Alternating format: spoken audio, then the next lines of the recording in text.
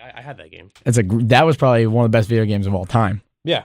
Well, the sound of that music means that we have studio access, studio access. I'm Sirius XM impressed. Studio. We're here, first time since I think it was December of the old year, 2015. Now we're 2016. Today's February 21st, is Sunday. We're back in the studio. Yeah, we are. Hockey Day in America. Hockey Day in America, having the TV behind us. So I'm done with work. Nick came here from Queens. We could have a guest, our first guest, a pretty good first guest. We're lucky to have. So we say, well, we won't tease that yet. Just think we're going to lock it in first, but we think we should be good to go. But there are other sports to talk about. Obviously, we have little MLB on deck today. We have some maybe NHL trading rumors. We'll wrap up the NBA trading deadline or lack thereof. Maybe, the one big NFL story with Peyton Manning. We'll get into that.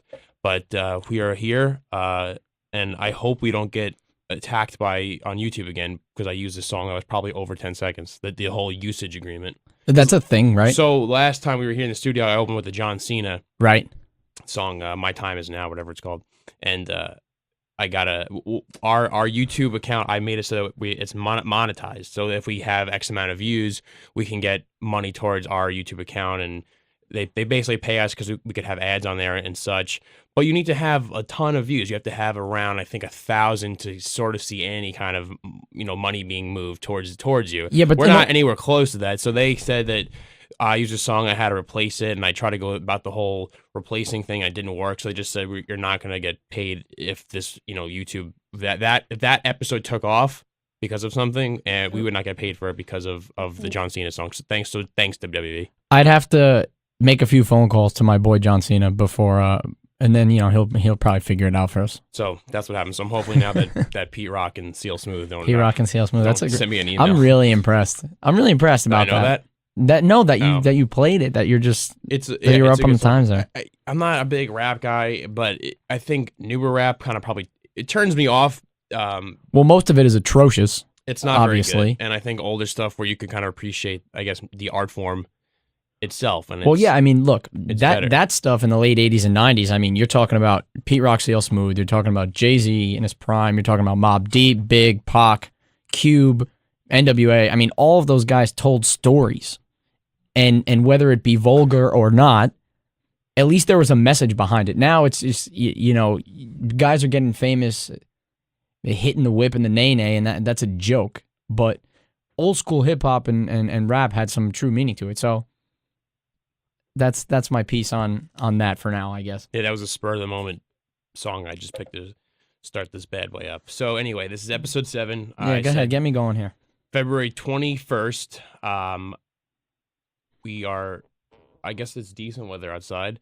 Anything going on this week before we get to the usual?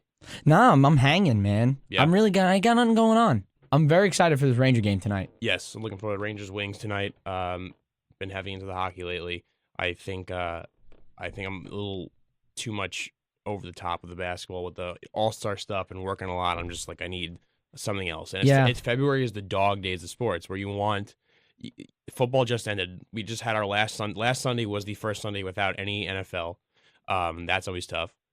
MLB pitchers and catchers just started, but it's still a little bit away. So now you're in the dog days of the NBA, dog days of the NHL, and you're like, oh man, can we just get to the playoffs already? Because I feel you. You're begging for it. And on that train too, I've last week I was just found myself in a really, really good mood too because spring training happened, pitchers and catchers reported, and so I was thinking about Florida, thinking about Arizona, the warm weather, and thinking about just baseball again and to get to the springtime weather. And then with the springtime weather comes March Madness and all that good stuff. So, March and April is so nice for sports and I'm just itching to get there. And then all this week I was just really excited about that. So I haven't been on the whole depressed train lately. I'm not depressed. I know what you mean, but I'm just saying. I've been more upbeat than you. You're commuting back and forth. You're working, a 3-hour show. It's just, blah, blah, blah. People going from Staten Island to Manhattan is like going from L.A. to New York. It's the worst. Which I am in 2 weeks. So looking forward to that. Plug. Yeah, it's a quick plug to me. Check out the whole West Coast scene. Maybe that's where my radio career will take off. Yeah. The City of Angels. No, but I mean, not to hate on the NBA or my job and stuff, but obviously me who wants to do on-air stuff and wants to talk and not just press buttons and hearing people talk 2 or 3 hours for whatever, how long the show is about certain topics in the NBA, and I just like the same stuff over and over and over again. And granted, if I worked for, say, the NHL radio, it'd probably be the same thing with that. It's like where you're just it's like oversaturated and you're just like, oh my God, like give me something else to talk about. Well, it's like the minute one new thing happens, it's like, for example, CSN reported that the Celtics talks may have regarded Anthony Davis, which was probably the most cockamamie thing in the whole wide world. Right.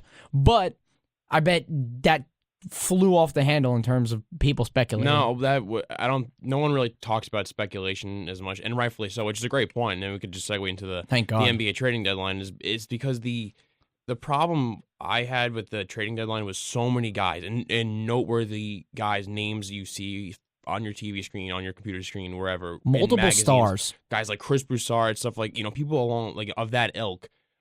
Basically everyone besides Woj reports something that, my sources say this trade will happen, and then it doesn't happen, and then they retract it, like a tweet. They don't even retract it. A tweet 10 minutes later says, like, doesn't look like this is happening, or talks have cooled off. Okay, well, if it was not concrete, why are you putting out to your hundreds of thousands of followers? Why? Like, you're doing every NBA fan, every person who follows you, a total disservice. And instead of bashing those guys, I'm just going to praise Woj, because I think Woj is the GOAT. And there's a reason why he's the GOAT.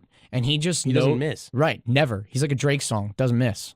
And he does it the way it should be. He does not post stuff that won't happen, because I don't want to see stuff that might happen, because how many maybe trades happen? Let's see. You had Dwight Howard. You had Carmelo Anthony. You had Blake Griffin. You had Pau Gasol. Pau Gasol is another one. There's so many guys who, and then another one to take it a step further was the Celtics almost trades, and then you have Danny Ainge, their GM, coming on the Sports Hub up there where I used to intern, saying like, oh yeah, we had a deal in place, almost happened. It's a mystery team, yada yada yada. Why would you say that? To piss off your fans, because now you're like, okay, we didn't make a trade, and now we don't have the guy, and the guy ended up turning out to be Julie Okafor, and I'll attack that from the Sixers side next, but from the Celtics side, you excite your fan base, you don't do anything. The Celtics right now are probably the third best team in the East, I'd say, ahead right below the Raptors and the Cavs. They'll make some noise in the playoffs in the Eastern side. I don't see them going much further than that. They're not going to beat the Cavs. Maybe they'll have a shot against the Raptors, but right now, if you're a fan of the Boston Celtics, you're like, all right, our team is pretty mediocre. Our coach is phenomenal and got us to this spot. Then you have your GM coming out talking about getting a guy who was just drafted 3rd overall, who everyone in the country knows because he was a star at Duke, and then he wins a national championship, and then it comes into the NBA, and maybe he doesn't have to have the attention of a Karl Anthony Towns, of a Kristaps Porzingis, but I'm not trying to take away from it what he's done. He's averaging 17 and 7, I think, around that. Great player. He's a perfect fit for the Celtics team. They need a guy exactly like that, a low post scorer. And your GM comes and says, "Oh, we had a deal in place, and we tickled the twine about it, but not much." It was involved the Nets pick they have from the previous trade where the Celtics own the rights, but the team pulled out and everything fell through, and now we have nothing, and we didn't get him. So how does that help your fan base? Or why is that a good thing? I mean, are you a fan that gets, now I'm excited for the summer and what's to come? But right now, if you live in the moment, you're like, all right, you had a deal in place, it fell through, and now you got nothing. Well, I probably lived in college with maybe 5 or 6 of the biggest Celtics fans probably of all time. And when they heard about it, they were like pumped. And then once they realized that it didn't happen, they were like pissed, because what good does that do us? What good does it do us to almost maybe have a star or a young kid that we might be able to build our team around? It doesn't happen, right? If it didn't happen, do not talk about it. Exactly. There's trades that go on or calls that go on for trades with front office guys all I would imagine the time, every single day. All the time. And those don't get reported. So why did he talk about this one? And I think it was Adam Kaufman, who I used to intern at the station. I used to see him around there a lot. And good job by him for pulling that out of Trader Danny. But why, Ainge is a guy who keeps things pretty close to the vest for the most part. Not a big media guy. Doesn't really come on here a lot. And you go and, you drop a bomb like that. And it just, all you're going to do is just rob your fans. Like you said, all your diehard Celtics fans are going to say, okay, great, you didn't make a deal. And then now what happens if they lose earlier than they should in the playoffs? What happens if they go on a bad spiral at the end of the season and they drop a couple seeds or whatever, or maybe they drastically fall out of the playoff race? Then it turns around back on Danny Ainge and says, well, you had a deal in place and you didn't make one. And now it's known. Whereas if you didn't open your mouth about it and stuff happened, maybe you lose, earlier in the first round of the playoffs, if you drop a couple seeds, you lose, you fall out of the playoffs contention altogether. You're like, okay, well, we probably were overachieving in the first half of the season, and maybe, just maybe, you get off it a little bit easier. Well, I have a question for you. Do you know exactly what made the deal fall through? I'm pretty sure the Sixers pulled out. I think they said they didn't want to move him. Okay, so I have a couple of things to say about that whole framework in general. One, if they were thinking about moving him in the first place, who's now the Sixers? The Sixers. If they're thinking about moving Okafor in the first place, first of all, that's got to mean pretty good things about Joel Embiid. And it's got to mean that they're pretty either excited about him or encouraged that he can at least maybe play. See, to me, that's just I'll finish your point. I'll that was my initial reaction, was well, if you're going to move or try and put out bait there that you could move Jaleel, then you must feel pretty good about your other big that's waiting in the wings. And by the way, I've seen pictures and videos of Embiid. Great shape. Dude looks awesome. He was out of shape, in shape, out of shape, in Dude shape. Looks now he's awesome. back in shape. He looks like just a wall, like a brick wall. He looks like a chiseled Greek god, and that's fine. The problem is with him is not his physical shape. Sure. It's his ankle and his foot. It's the foot, and you're a guy of that size, and you having foot problems like that. The Jones fracture, and the first thing you think about is Yao Ming. Everyone knows the list. It's Yao Ming. It's Bill Walton. It goes on and on forever. Who guys who never recovered, who are big men from that injury. And the problem I have is that it's the Philadelphia 76ers, a team who's been where they are for, it seems like, forever. And I don't trust that organization. I don't trust Sam Hinkie. I don't trust the process. So when they're like, oh, yeah, we'll move away our number 3 overall pick. Well, if you flash back to the draft, they didn't want to give up. Phil Jackson called them. We wanted Okafor because Okafor fits the triangle, and he was the low post scorer that you need in the triangle offense. He has to be, Shaq 2.0 for the Knicks. And Porzingis, I'm not going to give Phil Jackson credit for Porzingis because he didn't want him. They called the Sixers. The Sixers said, no, we want Okafor. We didn't even scout Porzingis. We don't know anything about him. And now you're going to move this guy because you're betting. And frankly, it's a bet. It's 100% a bet. Of course it's a bet. It's a bet on Embiid, who has not stepped on an NBA court in 2 years. He's missed 2 straight seasons. The guy has not played a lick of basketball in a very long time. But doesn't it mean they have to be somewhat positive about it? They have to be somewhat They can encouraged. be positive all they want, but it doesn't mean that you're going to convince me that he's the right guy. Or he's gonna come in and do what you expect him to do because he hasn't shown it at all. He hasn't played basketball in forever. I agree with you. I agree that you can't trust anything, but I'm just thinking that on the Sixers side, who knows what they're thinking, because they have thought of a bunch of crazy things over the past couple of years to try and put this team together with Saric and Embiid and Okafor and Nerlens, and then getting rid of Michael Carter-Williams. Right. But the second point that I was going to make is that I guess no deal was made. Is that more, I guess this is a point and a question, is that more a testament of what might come in this year's draft? Like, if you're the Celtics, do you really have faith that you're going to land a top 2 pick and have Ingram or Simmons? And would you rather them than Okafor, I guess, is the entire thought process of my point and question to you. Well, I think those guys are not the same type of player as Jaleel Okafor is. Definitely not. He's just a low post scorer. He's an old school guy who'll score in the block, and that's what they seemingly wanted to have. I don't think it says the draft is weird because, well, one, if you have a high pick, you're not guaranteed to get that pick. I hate that, by the way. Yeah, it's the lottery, and everyone knows the drill with that. And then you have the other side is where do these picks pan out? This past draft we just saw was unbelievable. Unbelievable. In terms of everyone panning out. Yeah. Oh, yeah. It's unbelievable. Your top 4 picks are excellent and then ball there's other players. guys. Even like 5, Hazonia he'll get there. He's gonna get more playing time now. I like Hazonia. Gone. You have guys like Devin Booker, and you have Trey Lyles, and you have all these guys who, Justice Winslow doesn't get talked about, and he's having a great season as well. So many guys are good. So it's one of those things where you have a proven. And I'm gonna say he's a proven commodity now. Okafor, you would agree. 100%. I think anyone would agree he's proven. You'll see what he's doing. Look at this. This is to your point. I just pulled it up. Yeah. Towns, who's been Jesus. Yeah, rookie of the year. Russell, who's had flashes of brilliance. He struggled. He turned things around. Jahlil Okafor, yeah, solid. Kristaps, yeah. We don't need to talk about that. Right. Hazonia can shoot the hell out of the ball. Cauley Stein's solid defender. Moutier, Stanley Johnson getting more playing time down the road. I think he'll be a solid player. Kaminsky, Winslow, and then look even here. You're right. Miles Turner, Trey Lyles, Devin Booker, and Cameron Payne. Right. 11 through 14. All of those guys are getting significant playing time for their teams. No, it's a great draft, and I drafted the NBA needed because right now the talent level, the talent pool coming in has not been good, and the NBA for a very long time was. I mean, you look back at some of those drafts with like Kyrie Irving. I think the Blake Griffin draft, where it's like you have like a guy or two maybe, and then no one else pans out. And not to make this a whole draft conversation, but I just think what the problem what it comes down to is you're saying it looks good for Embiid.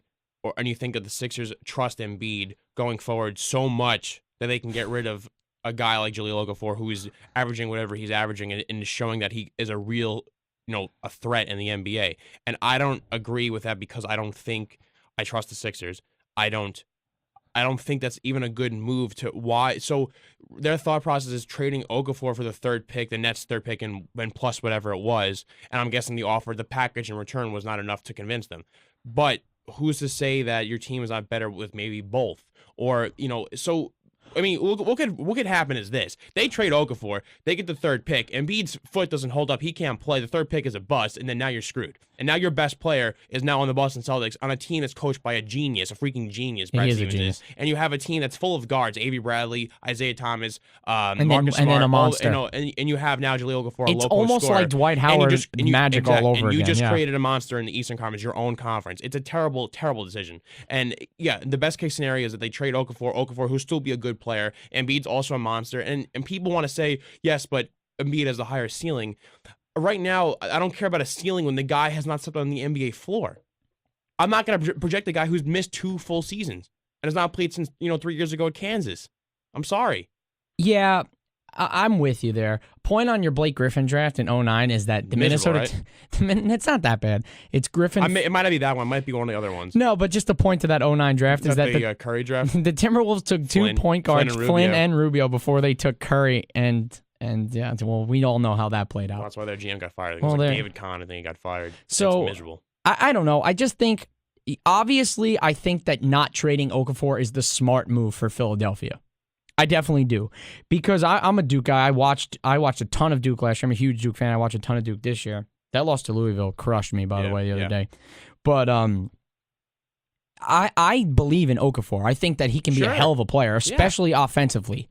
I mean, I understand the Lakers' thought process of not drafting him. It was purely because they thought they were going to lock in LaMarcus Aldridge. And they were going to have a low post guy, so they had to go for a guard to kind of take over the reins from Kobe. I get it, I do. And even if you weren't getting LA, then you still, I guess, Russell's ceiling is incredibly high. But I still believe in Okafor, and I think overall, at the end of the day, it's a good move. But you can't kind of blame Danny Ainge for trying here. You definitely can't blame Danny Ainge for trying. I love that Trader Danny wanted to go all out, try to get move the third pick, get a proven commodity, get a guy like Jahlil. If you told me right now, would you rather have the third pick in this draft or Jahlil Okafor, the third pick last year draft? I'm probably taking Jahlil Okafor. I'm 98% sure I'm taking Jahlil Okafor. But I would tell you this, that if you told me that I can have a 1 or a 2, and obviously this is not guaranteed, I would much rather Simmons or Ingram to Okafor. Much rather. I've watched both the guys play. I don't know if that'll, because they'll still have a huge absence at that 4 or the 5. I just think that to get, you kind of have to think about it in terms of, I guess, potential, and this is what I'm thinking about it as. Think about getting a LeBron or getting a KD I don't think in regard. I don't think, who's KD or LeBron? I don't think this KD draft is has Ingram. That. I don't think this draft has that. You really don't think that they could be that successful? People are low on Simmons now, and I just don't. I don't buy into the talent pool is so bad, and Brandon Ingram, he's on Duke right now, but like look, yes, Duke's team last year was much better as a whole. Yeah. So I'm not going to say why isn't Ingram carrying his team on his back all the way to the I mean, promised Duke's land. playing with pretty much 5 players at this point in the season. Yeah, and I'm that's what I'm saying. I'm not going to criticize him for that whatsoever. But my thing is with the guys who are not ready to come to the NBA yet, unless you're a total stud, a superstar, you've shown every level that you could do it, you're physically ready, and you're dominating college basketball, then I'd say sure. I don't think Ingram's doing that, and I don't think Simmons is definitely not doing that. So I don't trust the guys who were... Simmons averaging a double-double. I know, but the LSU's team is bad. He got benched. He got benched. Well, that was for grades. I know, right? But so where's I mean, his head at, it's though? almost 19-12 on a team that's pretty garbage, I guess.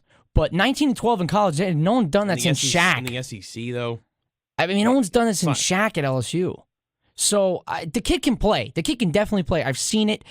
I have my gripes. I have my gripes with Simmons, but this kid can play. There's just been so many busts lately in the draft, and besides, last year's the outlier. I'm just telling you that like 1 and 2 are just so far ahead of 3 through the rest of the draft in this draft. Yeah. Definitely. Even if you don't think 1 and 2 will pan out, their talent level and their potential is still way better than the rest. And so I'll agree with that, but I just think when you're comparing them to an Okafor who's showing what he could do and will only get better in my mind, I can't pass up Okafor. And I think for the Celtics, he's a great fit. I think that if you're confident in Embiid, and once again, an unknown, but if you're confident in Embiid, why not try and put a feel out for somebody that can round out your team instead of hoarding talent at one position, though? Well, that makes no sense, but that to me... See, that's the whole thing of not trusting them because they drafted Okafor going, oh crap, Embiid's hurt. Right. And going also, oh crap, Nerlens Noel is a stiff offensively. Yeah. So then now you're going to tell me that Embiid's going to be totally fine when a year ago you didn't think so. So I don't know what their plan is. I don't know right now where Embiid stands. I think them saying anything, the Sixers organization that is, saying anything on the matter of him until, their best bet is to shut up. To stink the rest of this year, shut up, end the season, keep him rehabbing, getting him in shape, and then see what happens next year, and then whatever, and then take it from there. When you have Embiid, who if he shows that he is a real stud, a real number one center, and he has a unlimited potential, then sure. I don't think it's smart at all to trade your third pick overall, especially when he's playing the way he is. So I give Celtics all the credit in the world, except the fact that I would never report a trade that failed, never happened. And the Sixers side, I think, maybe they smartened up. The package in return wasn't as good, and they realized we better not trade a guy who's, playing the way that Okafor is. But I just don't. Well, I'm the same. You kind of trust him and think he's going to be great. I'm not going to trust them whatsoever until they show me something different. Because right now the Sixers have been one of the worst organizations in sports, all 4 major sports, for a very long time right now. Yeah, well, their franchise is obviously dysfunctional, but I don't know. There's a ton of different ways you could have gone with this. I've heard some people even say about dealing Nerlens. Yeah, but he's not going to get the return that an Okafor would. He's definitely not offensively. But I think that there's a ton of moves that need to be made. I think that one of those 3's got to go at some point. Sure. I mean, I don't know if it's this summer. I don't know if it's next year. I don't know when it is. I mean, it's got to probably be when Embiid is healthy enough to show what he can do. But I mean, at that point, is it too late already? I don't know. And then you have Saric coming in from where is he, in Croatia? Saric in Croatia? He's Croatian. I'm not sure what league he's playing in. So there's just so much talent there. I think obviously again, time is going to time is going to tell what happens. Obviously, but I think the Sixers have a couple of huge decisions to make, starting with the draft. Sure. Were there any other moves that did not happen that shocked you or surprised you? What moves do you think were definitely going to happen with a player? I would have liked Blake to have been traded. I kind of would have liked to see what the Clippers can do without him for an extended period of time, because they're playing some pretty good basketball. I mean, they took Golden State, they got Golden State to the wire last night. Yeah. So I would have liked to see what kind of return they could get and what kind of pieces. Then again, I would have liked to see the Knicks move Melo. I really would have. I think that it makes a lot of sense for a team building. And this goes for like an entire league idea, is that, you know that you're not beating Golden State, San Antonio, and Cleveland right now. How you guys doing? Oh, you hear us? Great. All right, so this is a treat here. What's going on, bro? The first ever Edition of Swishman podcast guest. And we're happy to have on Brandon Hickey, Boston University, from all three BU BU guys, yeah. So this is great to have you. Now I know we got banged up over the weekend. How you feeling now? I feel pretty good today. Actually, I think I'll be good to go this upcoming weekend here. All right, good. That's good to hear. I got to ask you one thing before Nick can jump in here. Now, Nick was the sideline, the rink reporter, host for what was it for BU? I was the ringside reporter for last year. Just for BU hockey. Oh, just for okay. Yeah. I gotta know how good Nick was.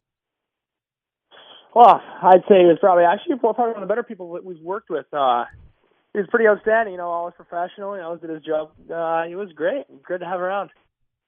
You're selling me short a little bit, bro.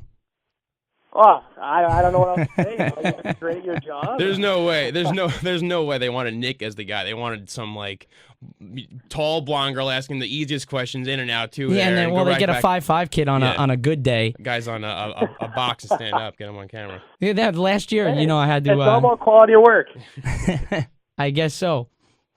But so you guys took 3 or 4 from UNH this weekend. Not bad. You guys are playing some pretty good hockey of late. What are you seeing from your club? I see a lot of guys that are. It seems like we're starting to fit into our roles a little bit more here. I feel like we're starting to play some really good hockey as a team, and we've had a few injuries in the back end and in net too. But we've been playing some great hockey, and I'm excited for playoffs to get going here. Now, last year, obviously, you guys had Jack Eichel. He's doing great things right now in the NHL, and that's the big change going to this year. Did you guys change your offensive mentality? Did you change schemes at all, or is it the same thing, just next man up and just keep performing, or is there a whole big change in this offseason in terms of what you guys your game plan was? I think the game plan didn't really change a lot. It was just that obviously coming in without Jack, it's a little bit different. You gotta resituate the forwards, also losing Rodriguez up front as well. You gotta mix up all the lines and stuff, and guys got to be able to play in different roles now and kind of produce a little bit more. So I think everyone this year has adjusted well, and guys like Daniel Regan and Otti, they're flourishing right now in their roles, and same with Greenway and Lehner as well. And it's great to see guys like that stepping up. And one of the roles that you excel in is kind of being a guy who's very strong on the back end, but you pick your spots when it comes to offense as well. And so I was just wondering, what kind of mindset you have to be so proficient on defense, but also jump into the play as well. Where are you at in terms of that? Well, I'd say you just kind of, like you were saying, you got to pick your spots. You can't be going run and gun the entire time. The way I try and look at it is if Forge has the puck and he's moving it up and I have the opportunity just to jump in the play and kind of act as that fourth guy or even the third guy, then, if that spot's there, I'm going to take it. I'm not going to shy away from that. I'm going to go out there and I'm not going to avoid offense at all. I love playing offense. It's just got to work on the defensive end of the game first. You got to take care of your own end, and once that's done, you can jump up and do whatever you need to offensively. Now, Brandon, and to Nick's point, now you play the game like you said. You're both ends. You're doing basically 2 roles on a team. Obviously, caught your attention from the Calgary Flames draft pick there, 3rd round. Were you? You're from Edmonton. Now, did you grow up a big-time Oilers fan? Yeah, I grew up an Oilers fan. We had season tickets, so went to a lot of the games. So yeah, it's a little bit weird being at first. It was a little bit weird going to Calgary because all my family was like, "Oh, well, you're kind of on the you're end a trader now, huh?" I had to ask that because to me, me and Nick, we'll never know the feeling of being drafted by a professional team here. So we grew up, diehard. We're Ranger fans. We're diehard Ranger fans. We bleed blue. So for a guy like you, season tickets Oilers. Now you're drafted by the Calgary Flames. It's like how do you shake off the fandom of the Oilers and then all of a sudden become full Flame mode right now? I think it's pretty easy when the team's calling your name and inviting you to join their organization. It's a pretty special experience to have your name called in the draft, and I think as soon as you hear your name called, your allegiance goes to the team that called your name. It's obviously pretty special to be able to say you've been drafted, and I think prior feelings for different teams don't really matter as soon as you're drafted. It kind of washes away, and just the excitement of being drafted and joining a new organization just comes and overwhelms you. And to that point, Calgary's got a guy that I've heard you've been compared to, TJ Brody. I mean, that's pretty high praise, first of all, for a guy who could skate and kind of do it all like he can. But I was wondering if there was somebody that you model your game off of, or is that just a bunch of media hype?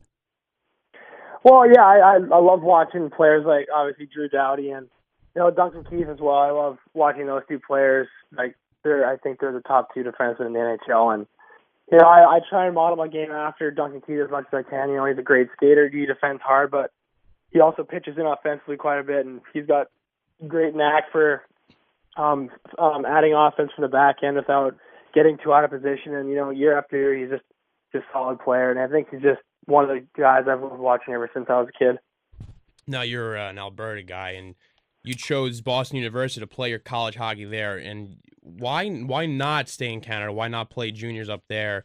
What drew you to Boston versus, I guess, either other junior teams or other college teams?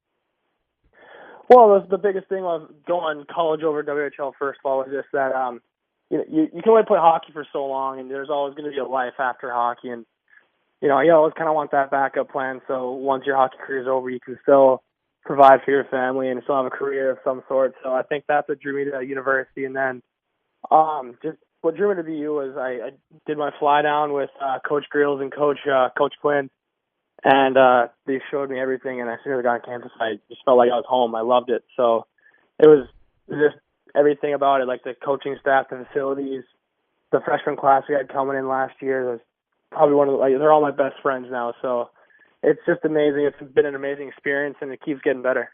I heard our boy Quinny's one hell of a recruiter, huh? Yeah, he is actually. He does the job really well. He's a smooth talker. It's awesome.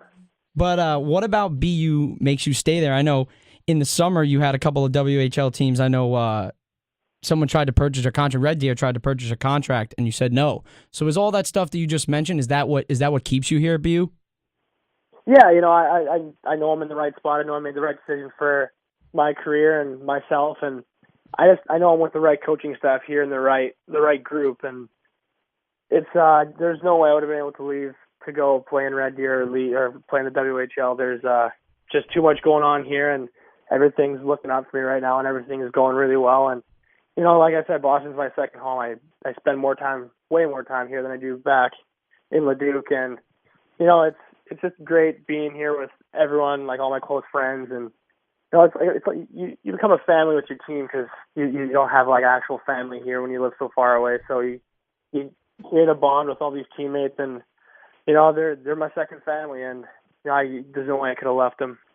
All right, well, me and Nick like to have fun on this, and I'm sure you're bored of all the boring hockey questions at the free basket. Yeah, you kind of walked right into this next question. No. So you talk about the family aspect, and you get along with your teammates, and I feel like, since I know I graduated 2 years ago, but all those guys always look very tight, so I'm not surprised to hear that. But what do you guys do for fun? I mean, I know the other teams, when I was their big video game guys, they always see them at, the local establishment, T's Pub, what have you. What are you guys doing around together on campus or just around Boston itself? What do you guys, what do you do for fun?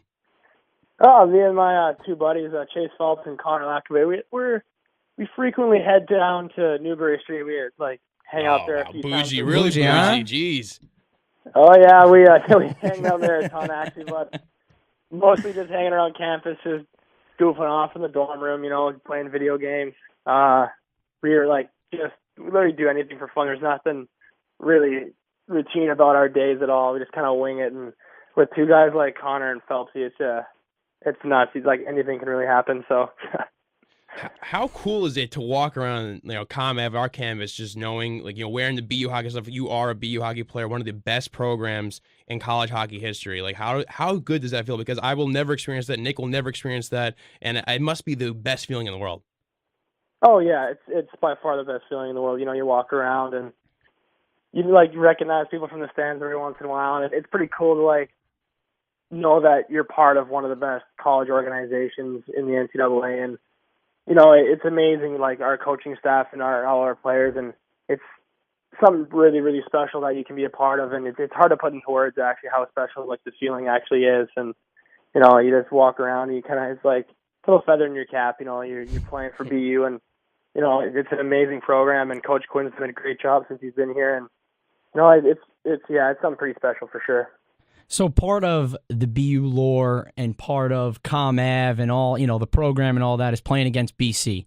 Obviously, twice a year, also in the Beanpot, most times in the Hockey East playoffs as well. So I have a question about, as a guy who grew up in Northwest Canada, who wasn't necessarily born into the Massachusetts rivalry. From your perspective, is it there, or is it just a student-based thing, or you guys really feel that on the ice? Oh yeah, on the ice, you definitely feel it. It's the rivalry is definitely alive and well, and we can't stand them on the ice, and it's actually unbelievable coming here. I really didn't know what to think about like the BC rivalry. Like I heard there was a rivalry, but I was like, well, I don't know if it's gonna be as big as everyone's saying it is. And like first game, you're watching the pump up video for the the BC video, and it's just like wow, no one here likes them at all. So it's something pretty special to be a part of. Until you take your first shift and you get popped in the mouth once by a BC guy, and then you're like, yeah, well, F them. Oh, yeah, exactly. You get punched in the head one time and you get booed. You're like, all right, yeah, I don't like these guys either. One question, ready? Rapid fire. Most hated BC player? Most hated BC player? I'm not fond of Alex Tuck right now, obviously. But, yeah, well, neither am I. Yeah, that was a tough one. But, yeah, I'd probably have to say maybe even Colin White, too. Also, all the USA guys that beat you, huh? He's just gonna start listening the whole damn roster. Exactly. They kind of get under your skin too, as being a Canadian playing against him in the World Juniors and playing against him here. He's always just he's always just buzzing around. He's a good player. He's like a really good player, just really annoying. So that's probably one of the ones I'd say as well.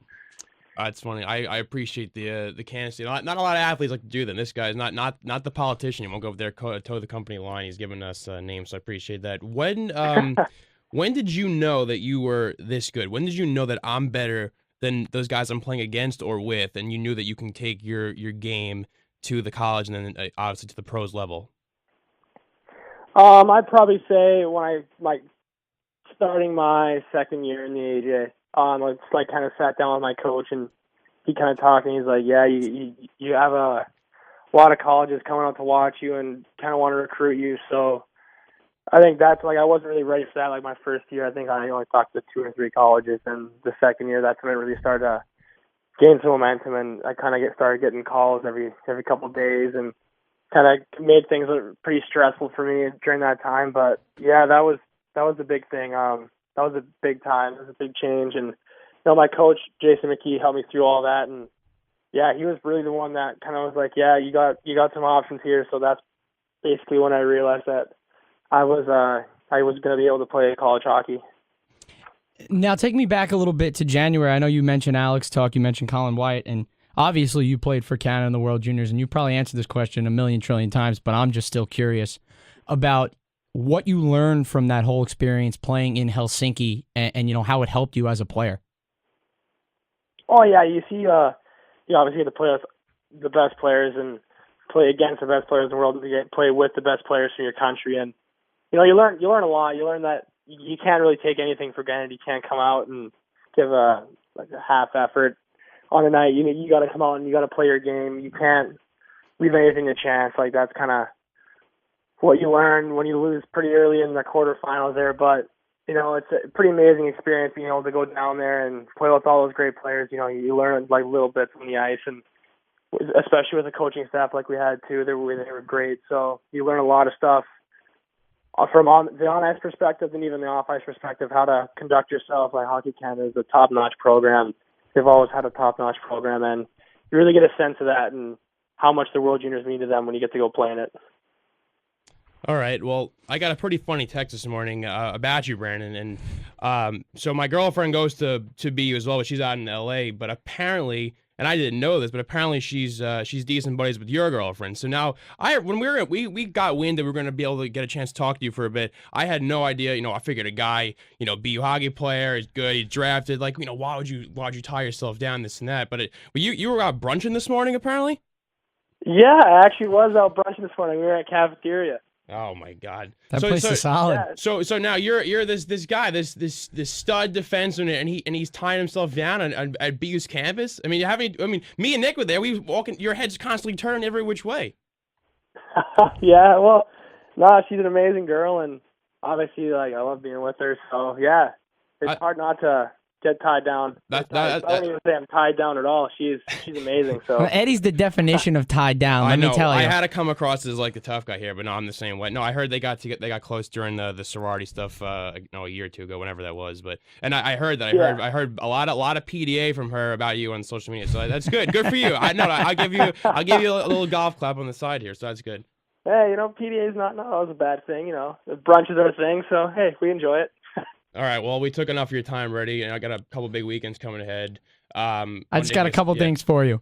Before we let you go, 2 things. 1, give me a Stanley Cup prediction. Stanley Cup prediction. Well, right now it looks like the Capitals are playing. Oh, don't tell me that. Pretty good hockey right now, but I'm going to go with Chicago. So Chicago, Washington? Chicago. Yeah. All right, not bad. Chicago, Washington. I'm gonna go Chicago in 6 though. All right. Okay, I could agree with that. Look, if the Blackhawks they're playing now, they're down 2-0. I'd much rather see a dynasty than see the Rangers lose. I have no issues with that one. But and, last thing for you. So last year we were hanging out. I won't say where we were hanging out, and I won't say when it was or where it was. But I do remember that you told me if we won Natties last year that you would come find me and that we would be streaking down Com Ave in a little less than not too many clothes there. So I'll tell you this, that if you win it this year, I'll give you a call, I'll come find you, and maybe we'll hang out on Com Ave again. All right, maybe that deal still stands, yeah. Yeah, this is now recorded live. This is now on iTunes and SoundCloud. This is all over the internet. This is now, it's official now. A deal's a deal, man.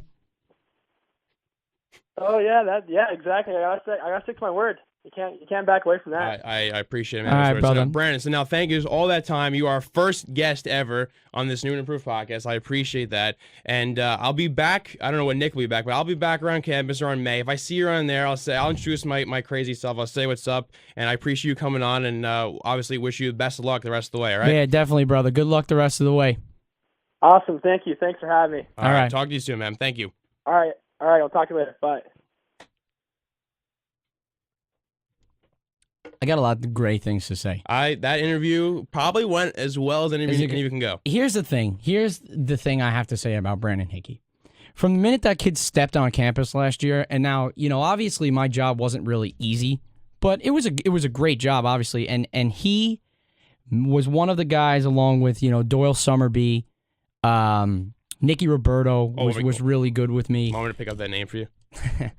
But they just, they were good guys, and it was a pleasure to work with a lot of them. And Brandon was one of the guys that really, made me feel comfortable last year. So that was the reason why I tried to get him on with us this time. So I have nothing but great things to say about him. I think he's a hell of a hockey player, and I think he's an even better guy. Obviously, he told us that with his answers. It's just, it was nice. It was definitely a nice interview. I'm pretty pumped. We got to give the shout out back to BK and all the guys there. Yeah, BK, Brian Kelly really looked that up. It really, and obviously, Nick, once you're more in the business, and this is like my words of wisdom, but once you deal with this more and you talk to certain athletes and you see interviews go sour real quick. I bet. And you just see guys who have just no interest in talking. You can see guys who have no desire to continue conversations. They don't want to go past a word or two. And Brandon came on here and was laughing with us, joking around, and giving the answer. And he, I mean, which BC guys do? Hey, boom, boom. There are 2 names. Talked about everything. Long, elaborate answers. You cannot ask for anything better from there. And it was cool joking around. I think what happens is when you're, he knows he has the common ground with us that we're all terriers or whatever. And then once you start joking around with them from the start, and you kind of like disarm them, and you kind of let them know that they can be more comfortable because they're decent guys. And I'm sure Brandon's been. I mean, he's a guy who plays for BU and was he played for Canada, right? Yeah. He's been asked hockey questions 1,000 times over and over and over again. You don't want to hear any more of that. Look. Yeah, we're hockey fans. We don't know as much as about his him and his teammates do or the coaches do. He doesn't want to talk about it's like a 12th grader talking to a first grader. You're gonna know way more than they do. So me and Nick are fans, but we're no more than fans. And to talk about other stuff, real life stuff, and just joke around and just hear his perspective on a couple things that aren't strictly actually knows. It's always good to do that, and it just it's nice to see that there are some guys who you interview who are pretty good with that kind of stuff. Yeah, so. definitely a good dude. And for the record, when for a part of the year last year, the background on my phone was Brandon with the hands raised on his knees after that goal in the Garden. So I can't say I'm not a fan, at least. Yeah, so I don't know. The podcast from now on is probably going to be just downhill from here. Yeah, so, right. That was the high point, right smack in the middle. No, we'll wrap this thing up with. We got a couple things we got to get into still before we wrap this up. So we could transition now to the Vegas odds for a person who's going to Vegas very soon. That's me, and I will definitely put down some moolah on the New York Yankees. I like the 16-1 odds they open at. So I'll read off a couple. The 2016 World Series odds.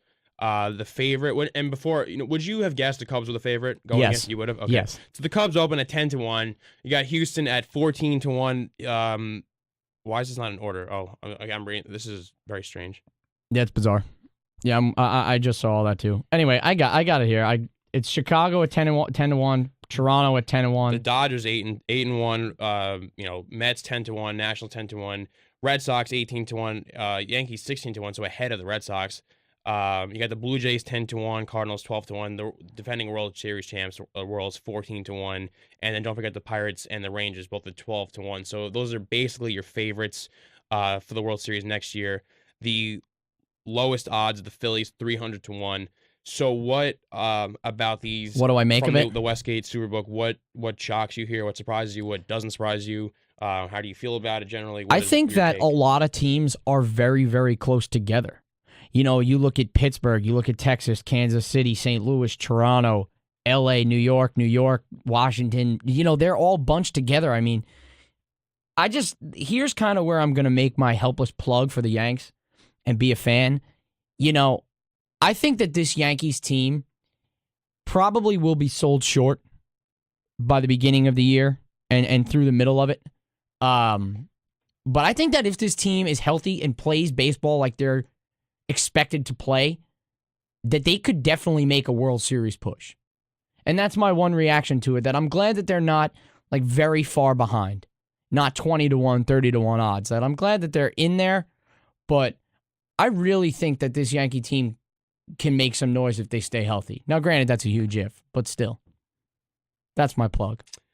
I like where the odds are for the Yankees because I don't think they should be near the top favorites. Definitely not. But I don't think 16-1 shows you roughly where they could be. If things fall in the right spot for their lineup and their rotation, obviously I think it depends more on their rotation. Now you have CeCe coming back from his transgressions with the rehab stint, the alcoholism.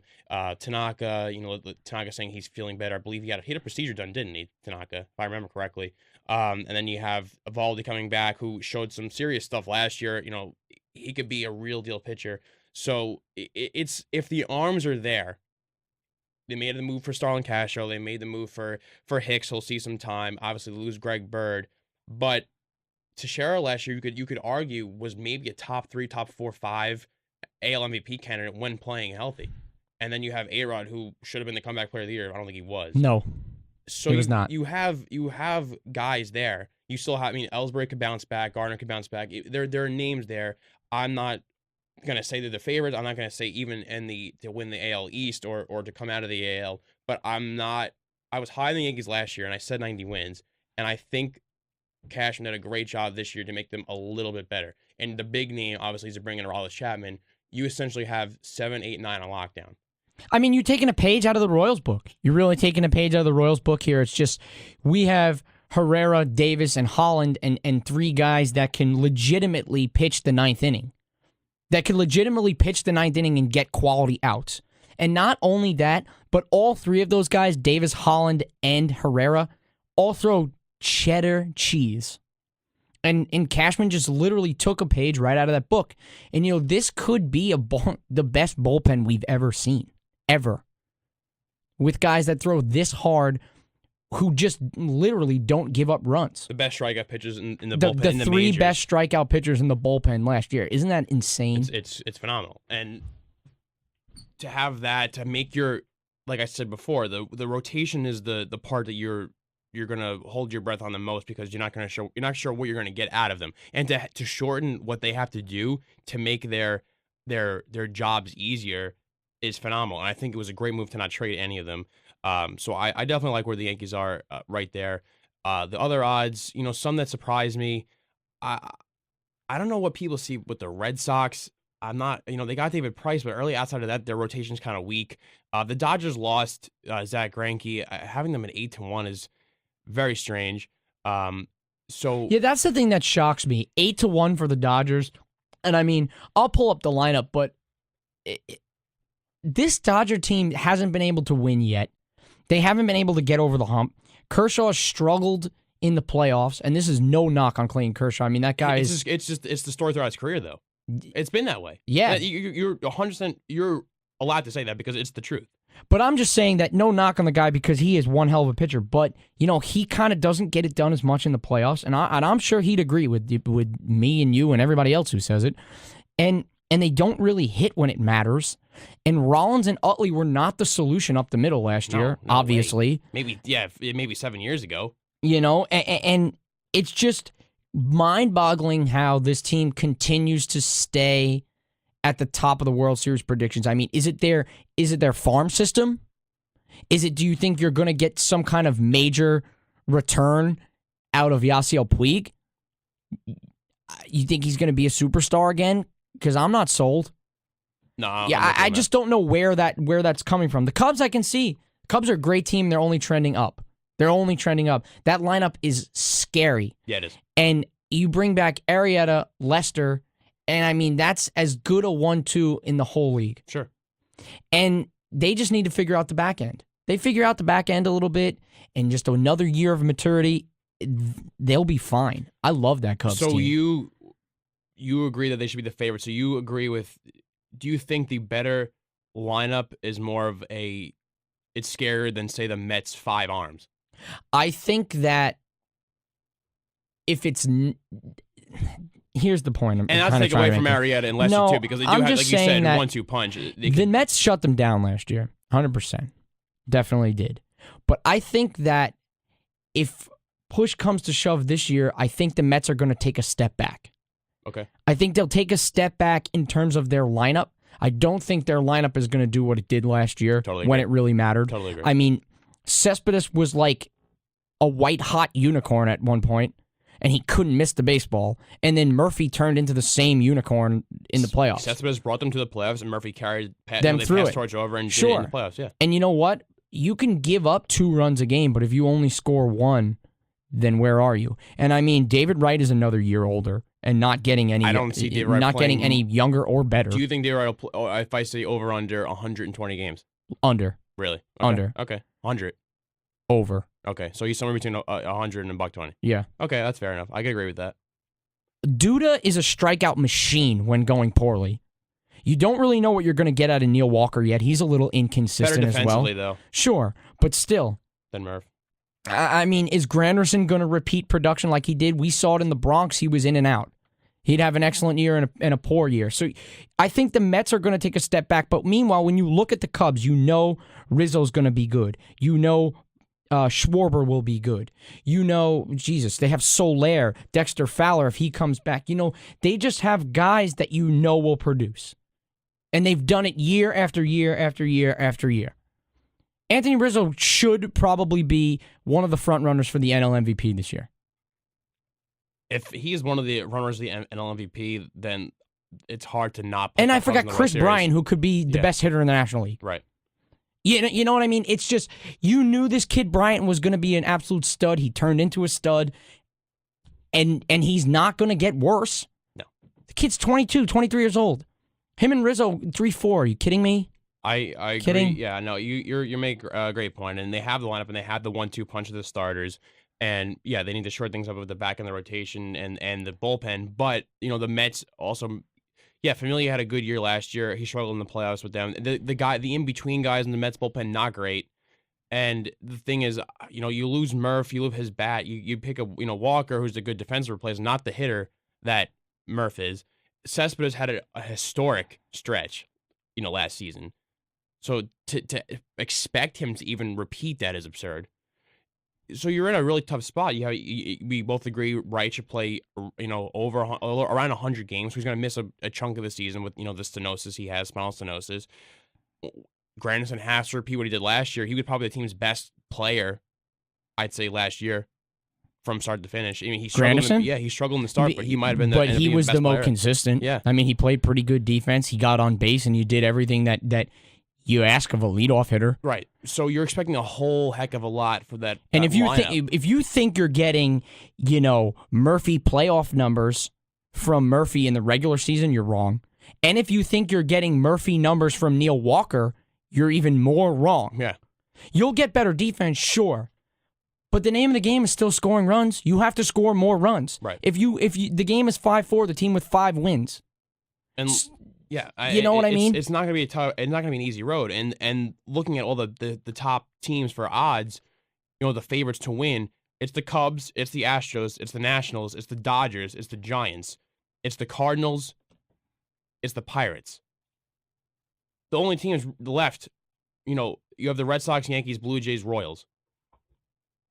The majority of those teams are all National League teams. It's a gauntlet running through them.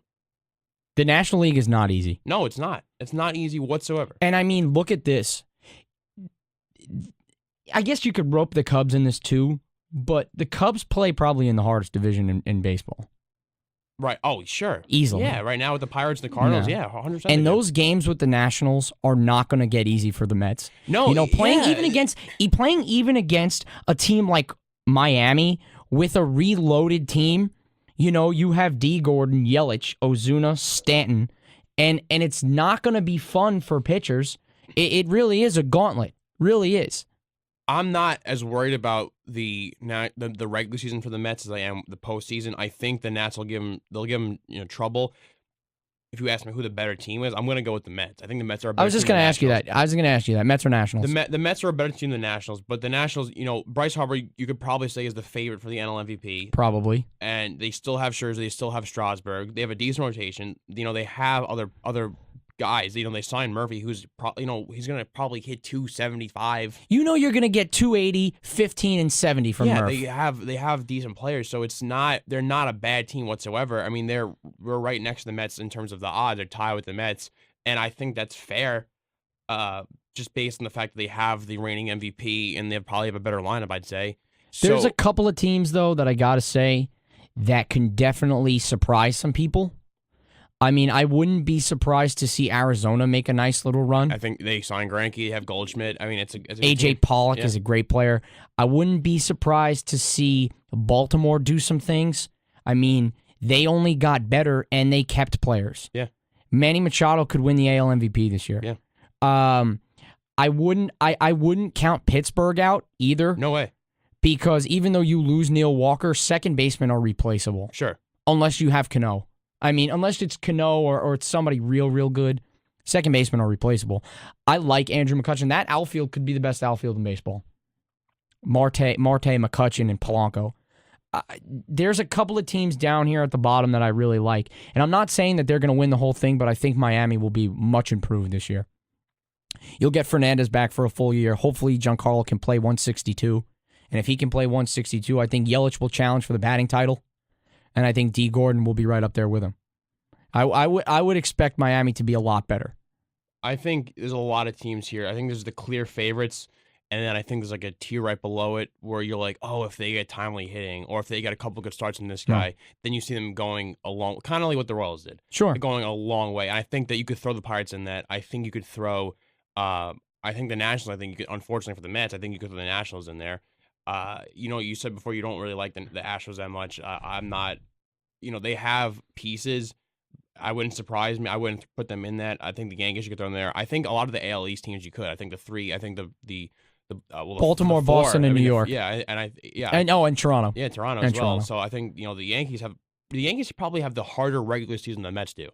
I would think so. I mean, but look, all of those games in the AL East are just such high intensity, high rivalry games. I mean, the Blue Jays really kind of spit on the Yankees last year. Yeah, they did. And Boston is always a battle.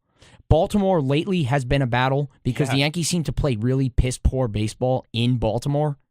And Tampa's annoying because Tampa will throw out Chris Archer and he'll throw a two-hit shutout every now and then. And so, you'll be feeling good about yourself. You'll have 5 or 6 in a row, and then Chris Archer will come and be, yeah, well, how's your day? The AL East is not the best division because that's the NL Central, but it's definitely a very tough division. It's an annoying, persistent division. It is persistent because it's easy way out there. You talk about a grind. Yeah. The AL East is a grind. Big time. It's just the way it is. Every team will battle you. And I mean, a lot of teams are good. A lot of teams will be in the playoffs in that division. So it's tough. I think that's the one, the New York versus New York aspect, that's the one saving grace for the Mets.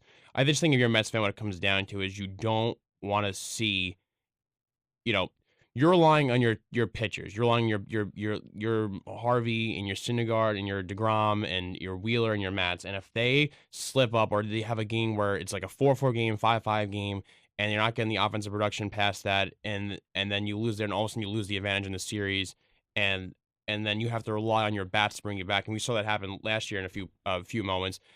You didn't really add to your offense. You lost a better hitter at second base, and you brought back Cespedes, but that's just the one thing you have to worry about. And maybe they'll smart enough make a move at the deadline to improve their team. If they get another bat, then we'll see. But like we both addressed, there's a lot of things that need to go right for the Mets to come back to that same spot. Right. If it were up to me, I would. If I were a Met fan, and this is just pure speculation, and this is me trying to play GM here, I would have tried to trade for Todd Frazier and platoon Wright and Duda in first base. I mean, that's yeah. I mean, play as a GM. It's easy to say that, but yeah, right. It makes a lot of sense. But I think to my point and to your point, they need to make another move if they want to make another playoff run. They're going to have to try and shell out a little either dough or prospects. I mean, how many more prospects do you want to hoard? You already have your 6 horsemen. I mean, you have Mats, DeGrom, Syndergaard, Harvey. Missing somebody, Wheeler. Yeah. And I mean, you brought back Bartolo, right? Yes. So you bring back Bartolo, and Bartolo can give you some solid innings, sure. Whether it's a spot start here, 4, 5, 6, 7 in long relief. I mean, Bartolo Colon can get outs. And so to a certain extent, like, you gotta have a 5th starter in the minors somewhere. You got to have a guy, whether in A-ball, AA, AAA, somebody who can make starts as a number 5. Mm-hmm. So why not try and make a move, an arm for a bat? I think it makes a lot of sense, and I think if they do that, it puts them a notch ahead of a couple other teams in that same area. You know why?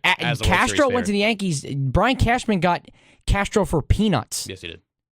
If you're a Met fan, why shouldn't Starlin Castro be starting either at shortstop or third base or second base for this Mets team? Why can't he be doing that? You're right. If one GM made the calls, why didn't Sandy do it? You're right. No, you know what I mean? And I mean, look, you don't have to give up the arms. You don't have to give up major arms. No, not for a guy like Castro. No, the Yankees clearly gave up kind of peanuts for him. And just to think, and a testament to that, what if you were to give up, I don't know, let's say we'll throw Wheeler in there, or we'll throw Mats in there. You don't think that you could get somebody like Soler, or you don't think you could get somebody with full-blown potential? Mm-hmm. I mean, the Pirates are probably looking for an arm.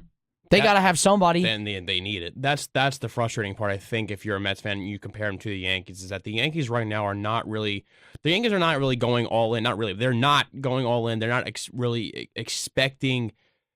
They're going to kind of get what they get. Every team wants to enter this year to win the World Series. Some teams realize they have a real shot. Some teams realize they're ways away. The Yankees right now are a team on trending upward, but they're really planning for the future. They have guys like Judge and all those the ones in the minors. They're not Bird, who got hurt, unfortunately. Guys like that they're going to bring up and they're going to ease along and they're going to become the Yankees core for years to come.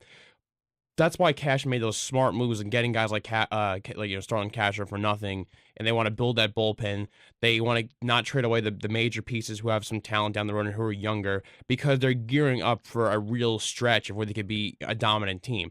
The Mets were in the World Series. The Mets, they're trying to win now because they have these arms, and before they need to trade them away or sign them, or they lose in free agency, they need to win now with them. Their best players are on the downslope of their careers, like Wright, like Granderson. It was a struggle to bring back Cespedes, which we talked about, months ago. So you're in the win now mode, and then the scary part is that the Yankees made the smarter moves and the Mets did not. And the Mets could have used a couple moves here and there, a couple tweaks to make them above a team like the Nationals or the Astros or the Dodgers or the Giants or the Red Sox in terms of the odds of the World Series, and didn't put them in that different level. Maybe not as such an odds-on favorite like the Cubs are, but at least closer to differentiating between them and the Cardinals or the Pirates. And I think you can't really lump them. I mean, you have to lump them with those teams because they haven't done enough to differentiate them. And I think that's a huge problem with the front office of the Mets because they're not looking, I don't know what they expect to see happen because if a couple things go wrong, if maybe Dayrite plays less than 100 games, maybe if Renison does not hit the ball again, maybe Cespedes has a huge slump, maybe if the pitcher, who knows if Matz and Wheeler struggle this year, then you're down to 3 really stud pitchers. I don't know if 3 stud pitchers alone can win you a championship. So I would be really pissed off if I was a Mets fan and thinking, I see these odds come out. I was in the World Series last year. I have the best rotation in baseball, and my offense is probably C+ at best. And you see the crosstown rival make really smart moves when in reality the Yankees aren't going, oh, it's World Series or bust. And the Yankees know what they're building for. They know exactly what they're building for. They're building for 2018 and for the big guy in right field, number 34. And if you can't differentiate between who's the best team in the NL East, the Washington Nationals or the New York Mets, when you were just in the World Series and the Nationals choked, I'd be pretty pissed off. I'd be pretty angry. I just think that the Yanks really, it's funny how they were in this in that position a year or two ago where it was like the Yanks look really bleak. The Yanks' future looks pretty bleak. Mm-hmm. And I mean, out of nowhere, you get Greg Bird, who emerged as a guy who can really play. Okay, you get Severino and Tanaka, who, when healthy, they can pitch. That's 1-2 right there. Yes. And you have a hydra of a bullpen that's just, it's so scary. If I got up against that bullpen 7th, 8th, 9th inning, you might as well just put holes in my bat and I can go home. So the Yanks, and then you make nice moves to get a guy like Castro. I would have loved to see a Gardner deal to get a little younger there, or an Ellsbury deal.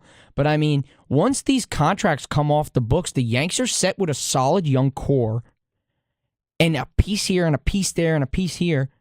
You're a serious World Series contender. And it's like the Mets fell off by not really doing anything. It's weird, but I agree that they fell off by not doing much. Yeah, and when they needed to. To wrap this baseball talk up, who would you have the very, very early World Series predictions? Prediction? Yeah. Who would you have represent the NL and the AL? I mean, my gut right now wants to tell me Toronto, St. Louis. Okay. But how about this? I think that the NL Central, whoever comes out of that, will win the World Series. Okay. So you'd go Toronto, St. Louis. Right now, I'd say Toronto, St. Louis. I feel like Toronto will do something to upgrade their pitching. Okay. Because I feel the same way. They're aggressive. Toronto is my pick for the AL as well. They're aggressive, and St. Louis is just, come on, they are the new Big Red Machine. Yeah, I'm going to have the Blue Jays as well. I thought the same exact thing. They have the lineup. If they make a move to get a pitcher here and there. Another David Price down the road could do it the same thing. Yes, and I think that Toronto will represent the AL as much as it pains me to pick against the Yankees, although I think the Yankees are, in the conversation as well. I think for my NL pick, I'm going to go chalk. I'm going to go Cubs. The lineup is just too strong. No lineup, I think, is close right now, and in the National League, that is. And I think when you have Arrieta and Lester, again, sometimes having the best rotation doesn't always help you. It's just the guys who perform when needed to and to win those crucial games. And having 2 studs like that is going to help them, and pay dividends, especially when if you need a run or two, you might have, you have 5-6 guys in the lineup who could just in the snap one at bat just and change the game. So it's hard to pick against the Cubs, I think, right now. So that would be my to see those lineups go head to head would be pretty sweet. And things could change. I mean, it's only February. There's not even spring training games yet. So obviously this will change, and we'll be talking baseball for week after week after week. So plenty of that to get into. I know this one's probably running a little bit long because of the interview. So any last things you want to wrap up? We kind of glossed over the NFL stuff. Don't get to get into that. It's been talked about ad nauseum forever. The Peyton Manning stuff. I don't really have much more. Like I said in the beginning of the podcast, I'm pretty pumped for this Ranger game tonight. Yes. Let's see if they can keep the positive momentum going without McDonough and out Nash again. Right. Just another shout out to Brian Kelly for hooking that up, and for Brandon Hickey. Just they were really, really great. I mean, BK worked with me all week. And then Brandon was excellent. Can't say enough good things about him. So good luck to those BU boys going forward. Thanks again for joining us. That's really all I got, man. What about you? It's no same thing. We somehow got through this dog days of February. I think next week we'll do it before I head out. So I won't be in the studio. We'll do it before I head out to Los Angeles, and I will come back with plenty of news to talk about there, new perspectives on stuff I've seen. But as always, follow us on Twitter at Edward L. Murphy, at @_pick, PICHT, at DNS_podcast. Like us on Facebook. We'll post all the stuff there. SoundCloud, Dishing and Swishing. iTunes as well. We'll post the link later. I'll get that up as soon as I get home from the 5-hour commute back on the Staten Island. I will do that. Just like Nick said, thanks to Brian Kelly, thanks to the BU men's hockey team, thanks to Brandon Hickey for coming on. That was a heck of an interview. That was our first interview ever, and it could have gone any better, and definitely more to come. Now, Nick got us the first guest. I'll have to, I guess, pull some strings here and try to get a guest of my own. But yeah, Brandon honestly could not have talked to a better guy, and it's great to see him do well. So hopefully get back up to ComAv soon and then see the old stomping grounds and say what's up to him in person. So I guess that's pretty much it. Next week we'll get back in the same old. And until then, see you soon. Since you already blew it, you might as well just run that Pete Rock and see how smooth on the way out. Oh, yeah, I should, right? Yeah, you definitely should. You might as well just run that on the way out. We already got in trouble for that. I know the YouTube transgressions are coming, so whatever. There we go. It's playing now. See ya. I reminisce. I reminisce.